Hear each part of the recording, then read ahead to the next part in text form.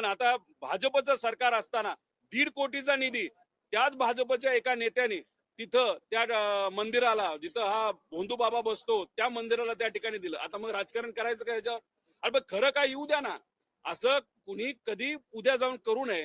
राज्यात असणारे नेते या असल्या वेड्या भोंदू बाबाच्या नादी लागू नये हे जर आपल्याला त्या ठिकाणी एक एक्झाम्पल करून दाखवायचं असेल, करा अशी एखादी कारवाई की उद्या सगळेच घाबरले पाहिजे बंधू बाबाकडे, नाही तर अशा बंधू बाबाकडे जायला. आणि असे बंधू बाबा जे महिलांवर त्या ठिकाणी अत्याचार करतात यांना सुद्धा समज बसली पाहिजे की असं करून या महाराष्ट्रामध्ये चालत नाही. हा आता संधी तुम्हाला मिळाली, त्या संधीचा योग्य वापर सरकारने करावा. काल कदाचित मुख्यमंत्री साहेब बोलत असताना पण त्यांनी ते सांगितलं, म्हणजे नरबळी म्हणजे जी गोष्ट आपण विचार सुद्धा करू शकत नाही अशी गोष्ट त्या ठिकाणी तिथं घडलेली आहे.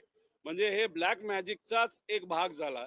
आणि काही लोकांशी बोलल्यानंतर त्यांचं असं मत येतं की नरबळी तेव्हा दिला जातो जेव्हा पुढचा व्यक्ती जो आहे, जो कुणी असेल, जो पॉवरफुल आहे, त्या व्यक्तीची जागा आपल्याला जेव्हा घ्यायची असते तेव्हा नरबळी दिला जातो, असं काही लोकांचं तिथं मत आहे. आता मला तो विषय कळत नाही, पण असं आता चर्चेत त्या ठिकाणी यायला लागले. त्यामुळे नरबळी दिला कोणी, कोणासाठी दिला गेला, त्याच्या मागे काय होतं का?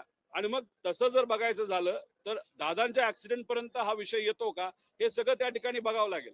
दादांचा ऍक्सिडेंट या काळ्या मॅजिकमुळे झाला असं आमचं मत नाही, पण काळी मॅजिक जेव्हा केली जाते त्याच्या मागे हेतू काय? हेतू जर दुसऱ्याला मारायचा आहे, दुसऱ्याला कमी दाखवायचा आहे, दुसऱ्याचं सत्ता घालवायचा आहे, तो हेतू जास्त महत्वाचा असतो. आणि त्या हेतूमुळेच आम्हाला असं वाटतं की ह्याच्यात इन्व्हेस्टिगेशन करत असताना डिटेलमध्ये जाऊन इन्व्हेस्टिगेशन करणं तितकंच महत्वाचं आहे.